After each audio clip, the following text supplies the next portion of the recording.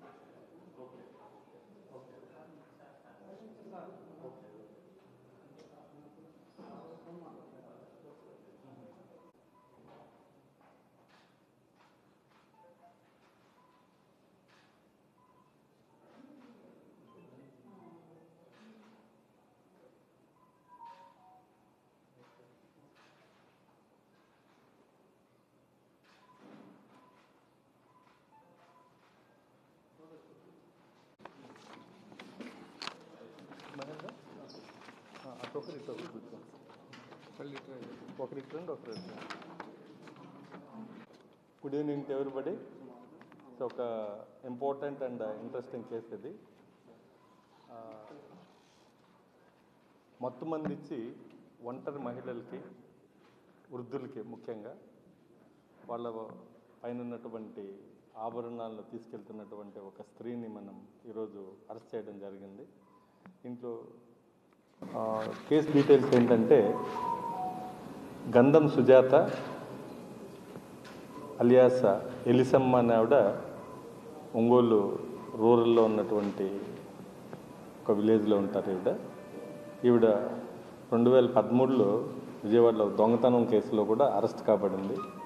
తర్వాత ఇక్కడ ఒంగోలులో ఉంటుంది. ఈవిడికి కొంత హెల్త్ ఇష్యూస్ వచ్చాయి. డాక్టర్ని అప్రోచ్ అయితే ఈమెకి కొన్ని ట్యాబ్లెట్స్ రాయటం, అన్నీ మెడికల్ టెస్టులు చేసి కొన్ని ట్యాబ్లెట్స్ రాశారు. ఇంకొంచెం చిన్న దొంగతనాలు చేసే షాపుల్లో అలవాటు కూడా ఉంది. గోల్డ్ షాపుల్లో అక్కడ వెళ్ళి చేసే అలవాటు ఉంది. ఈ మధ్యలో హెల్త్ ఇష్యూస్ రావడం వల్ల ఈమెకి కొంత మత్తు వచ్చేటువంటి ట్యాబ్లెట్స్ కూడా ఈమెకి డాక్టర్స్ ప్రిస్క్రైబ్ చేయడం జరిగింది. సో ఈ వాడే క్రమంలో ఆ నిద్ర మాత్రలు ఈమె వేసుకోవడం వల్ల ఈ ట్యాబ్లెట్స్ వల్ల నిద్ర వస్తుందనేసి ఈమెకి బాగా ఐడియా ఉంది. కాబట్టి ఈ లోపల కొన్ని సీరియల్స్ చూసే అలవాటు కూడా ఉంది ఈవిడికి.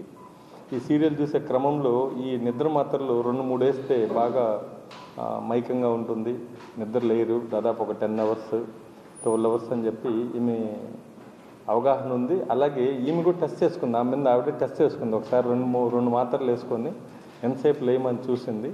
సో ఈవినింగ్ వేసుకున్న ఒక 10 నిమిషాల్లో నిద్రలోకి జారుకోవడం, అలాగే దాదాపు ఒక 12-13 అవర్స్ మెలకువ రాకపోవడం. సో ఈ ట్యాబ్లెట్స్ని సెల్ఫ్గా ఏమి టెస్ట్ చేసుకుంది. ఇక్కడి నుంచి ఈవిడ ముఖ్యంగా ఒంటరి మహిళలు ఎవరుంటారో వీళ్ళని ఐడెంటిఫై చేసుకుంటుంది. ఈమె ఒంగోలు చుట్టుపక్కల ఉన్నటువంటి గ్రామాల్లో, ఈ యొక్క కాలనీస్లో ఈమెకి దూర బంధువులు కానీ ఫ్రెండ్స్ కానీ ఎవరిని ఉంటే వాళ్ళ ఇళ్ళకి వెళ్తుంది. లేదంటే ఈమె కూరగాయలు కోసే పని కూడా చేస్తుంటుంది. అలాగే పొగాకు కూడా ఏరడము, పొగాకుని గ్రేడింగ్ చేయడం, దాంట్లో ఈమెకి కొంత వర్క్ ఉంది కాబట్టి విలేజెస్ కూడా వెళ్తుంటుంది. అలాగే మనకు అమ్మనబ్రోలు, అలాగే త్రోవగుంట, ఈ ఏరియాల్లో ఈవిడ ఇటువంటి పనులు, ఈ గ్రేడింగ్ చేయటం ఇలాంటివన్నీ చేసేది. కొన్ని ఫంక్షన్లు కూడా వెళ్తుంటుంది. ఊర్లో ఎవరైనా చనిపోయినా, పెళ్ళిళ్ళు ఉన్నా కూడా పిల్లవని పేరెంట్ అని కూడా వెళ్ళిపోతుంది లేడీ. వెళ్ళి అక్కడ ఒంటరి మహిళలు ఎవరు వెళ్తున్నారో దాదాపు ఒక 75-80 ఇయర్స్ ఉన్నటువంటి మహిళల్ని టార్గెట్గా చేసుకుంటుంది. ఫస్ట్ చేసుకున్న తర్వాత వాళ్ళతో ఐడెంటిఫై చేసుకుంటుంది. ఆ విలేజ్లో ఉన్నటువంటి బంధువులు ఉంటారు ఈవిడికి, ముఖ్యంగా తెలిసిన దూర బంధువులు కానీ వాళ్ళ ద్వారా డేటా తీసుకుంటుంది. వాళ్ళకు కూడా తెలియకుండా ఈ ముసలావిడ ఇంటికి వెళ్ళి చిన్న మాటలు కలుపుతుంది. ఆ ముసలి వాళ్ళు కూడా ఎవరన్నా కొంత బాధల్లో ఉంటే ఆమెకి సానుభూతి చూపించినట్టు నటించి ఇంట్లో గిన్నెలు తోవడం, అలాగే అన్నం వండి పెట్టడం. ఆ ముసలావిడకమ్మ నీకు ఎవరు చూసేవాళ్ళు లేరు అని కొంచెం ఓదార్పు మాట్లాడడం వల్ల ఆ ముసలి వాళ్ళు కూడా అయ్యో ఎవరో వచ్చారులే నా గురించి పట్టించుకునే వాళ్ళని ఉద్దేశంతో ఉన్న సందర్భంలో ఈ అమ్మాయి ఏం చేస్తుందంటే, అది లాస్ట్ 2024 మంచి ఏప్రిల్-మే నెలల్లో మంచి ఎండాకాలం అవడం వల్ల నాకు దాహంగా ఉంది, బయట వెళ్ళి కొంచెం థమ్స్అప్ అయి తీసుకొని వస్తానని చెప్తుంది. సరే తీసుకెళ్ళినాకమ్మ మీరు కూడా తాగండి అని చెప్పి వాళ్ళని ఏదో ఒక విధంగా నచ్చజెప్పి థమ్స్అప్ మీకు ఆరోగ్యానికి మంచిది, లేదంటే ముసలి వాళ్ళు కదా వాళ్ళకి ఐడియా ఉండదు దీనిపైన, సో ఇది తాగిచ్చేదానికి ప్లాన్ చేసి ఆ కూల్ డ్రింక్స్లో ఒక 3 లేదా 4 ట్యాబ్లెట్లు వేసేస్తుంది. వేసి తాగిస్తుంది. వాళ్ళు కూడా అరే ప్రేమగా తెచ్చిచ్చింది కదా అన్న ఉద్దేశంతో ఆ కూల్ డ్రింక్ కొద్దిగా తాగడంతో ఈ ట్యాబ్లెట్లు వేసినటువంటి ఈమె హెల్త్ ఇష్యూస్ కొన్నటువంటి ట్యాబ్లెట్స్ని కొంచెం ఎక్కువ మోతాదులో కొనుక్కొని దీంట్లో 3-4 ట్యాబ్లెట్స్ వేయటం, వాళ్ళు ఒక 10-15 నిమిషాల్లో నిద్రపోవడం జరుగుతుంది. సో ఒంటి మీద ఉన్నటువంటి బంగారాన్ని ఆ విధంగా ఈవిడ తీసుకెళ్ళిపోయి ఇలా కుదవబెట్టుకోవడం, అలాగే వేరే వేరే షాపులో దీన్ని మార్చి కొన్ని ఐటమ్స్గా, అలాగే కొంతమంది దగ్గర కుదవబెట్టడం, కొన్ని అమ్మడం కానీ ఇలాంటివి చేసుకొని ఈవిడ చేస్తుంటుంది.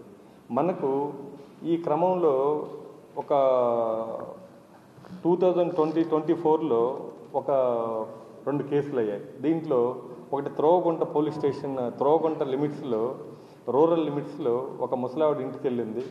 ఆవిడికి సేమ్ ఇంతకుముందు ఆవిడకి పరిచయం లేదు కానీ తెలుసు కాబట్టి ఆవిడ ఒక్కడే ఉంటుంది. ఆవిడ భర్త చనిపోయినటువంటి సందర్భం ఒక 1.5 year బ్యాక్.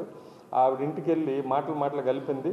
ఒక 10-15 నిమిషాల్లో కూల్ డ్రింక్లో ఆవిడకి ఈ మత్తు మాత్రలు ఒక 5-6 ఎన్ని అవకాశం ఉంటే అన్ని వేసి ఇచ్చేసింది. సో ఉన్నటువంటి ఒంటి మీద ఉన్నటువంటి నగల్లో తీసుకెళ్ళిపోయింది.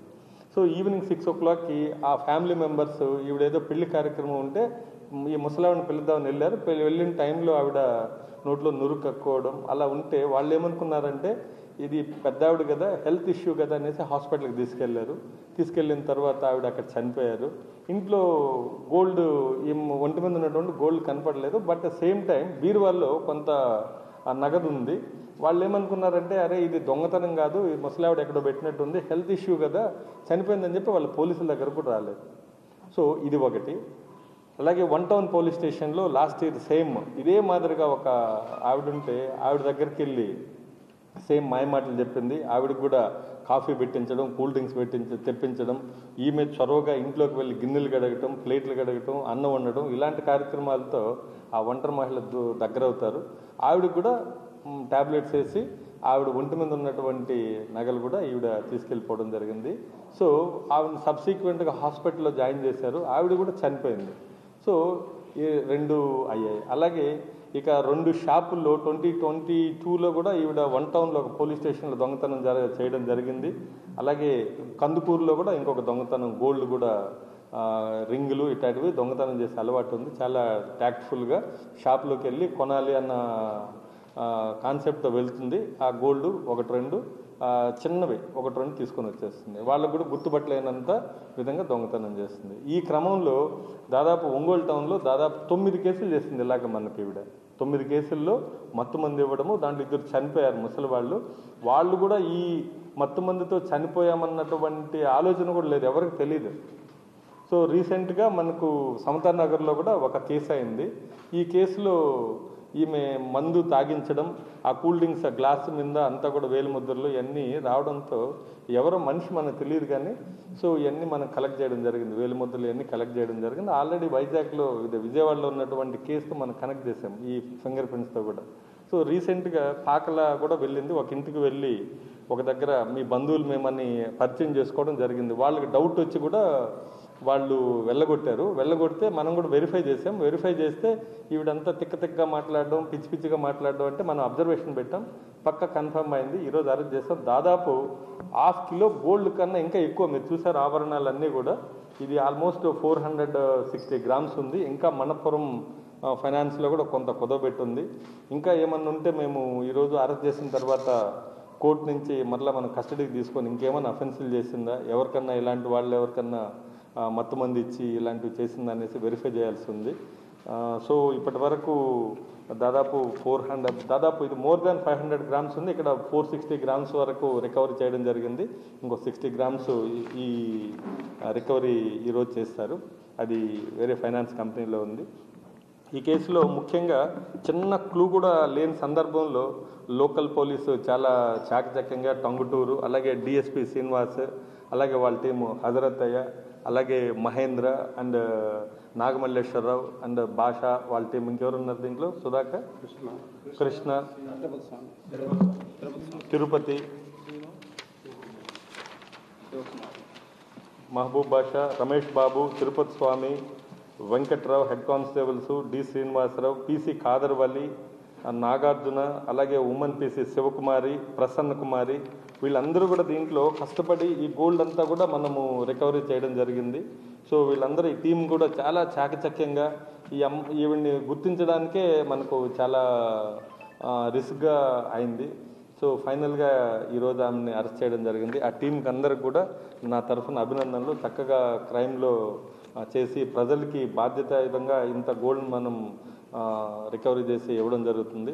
సో రిమైనింగ్ కేసులు కూడా ఏమన్నా ఉంటే ఎవరికన్నా మా నోటీస్కి రాకుండా ఎవరైనా ఉంటే ఇలాంటి గోల్డ్ మత్తు మంది ఇచ్చి ఏదన్నా ఇలాంటి కేసులు ఉంటే మా దృష్టికి తీసుకొని వస్తే అవి కూడా మేము వెరిఫై చేసి జెన్యూన్ కేసులు అయితే అవి కూడా కేసులు కట్టడం జరుగుతుంది. అలాగే నేను అందరిని రిక్వెస్ట్ చేసేదంతా ఎవరినైనా కూడా కొత్త వాళ్ళు వచ్చినప్పుడు మాయమాటలు చెప్పి మీ తల్లిదండ్రులు కానివ్వండి మీ బంధువుల ఇళ్ళకి వచ్చి ఇలా మాయమాటలు చెప్పి మీకు కూల్ డ్రింక్స్ ఇవ్వడం కానివ్వండి, లేదంటే ఇంట్లోకి చొరవగా వచ్చి అన్నం వండడం గిన్నెలు కడగడం ఇలాగా మీకు తెలియని వాళ్ళు ఎవరిని వస్తే ఎవరిని కూడా ఇళ్ళలోకి రానియకండి. మీ తెలిసిన వాళ్ళకు కూడా మీరు దీన్ని అవేర్నెస్గా తెలియజేసి ఈ యొక్క కిలాడి క్రిమినల్స్ బారిన పడకుండా ప్రాణాలు కాపాడుకోవాలి, అలాగే ఆస్తులు కాపాడుకోవాలని నేను మరొకసారి మీకు అందరికి తెలియజేస్తున్నాను. Thank you.